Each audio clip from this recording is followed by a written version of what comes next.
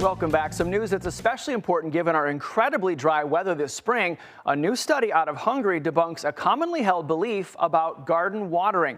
The myth is that watering in the middle of the day can be bad for your plants. The idea there is that water droplets act as a lens, magnifying the sun's rays, causing damage on smooth-leaved plants. But the new study actually finds little basis in fact for this myth. The study out of Eötvös Loránd University found that with perfectly spherical glass beads, that was the case, but found that actual water droplets are more elliptical than spherical. They conclude the moral of the story is that not watering thirsty plants on a hot and sunny day will almost certainly lead to more damage from drought stress than anything having to do with water droplets on leaves. Watering at the middle of the day can waste water since more of it is lost to the sky in evaporation, but it will not damage the plants.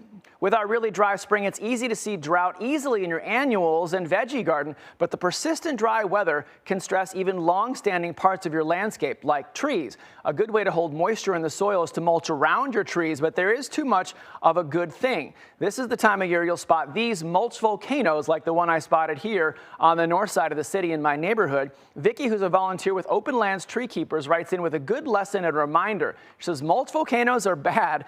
Correct mulching is in a donut shape around 2 to 4 inches deep. Spreading the mulch line out to the drip line of the tree and making a donut is the proper way to do it. The area at the base of the tree where the root meets the trunk is called the root flare, and it's technically part of the trunk itself. That part of the tree is essential for the tree to access the oxygen it needs, and if it's buried in that tissue can rot and the whole tree can become unstable. Betty from Aurora writes in that her lawn is about 75% weeds. She asked, if I get a treatment to kill the weeds, will the grass come back or do I have to seed?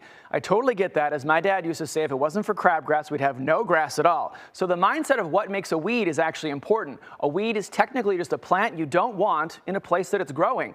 It does matter what kind of weed you're attacking. There are many herbicides that will kill grass and the weeds, and many that do not. Natural varieties that have active ingredients of salt and or concentrated vinegar that can be spot applied with minimal impact to the surrounding grass. I'm a big fan of the book Food Not Lawns and got to interview the author Heather Flores when it came out. It spells out basically that weeding and reseeding and watering and re-watering results in a big cost of time and can make a huge dent in your pocketbook when you're really tethered to the idea of having that traditional lawn.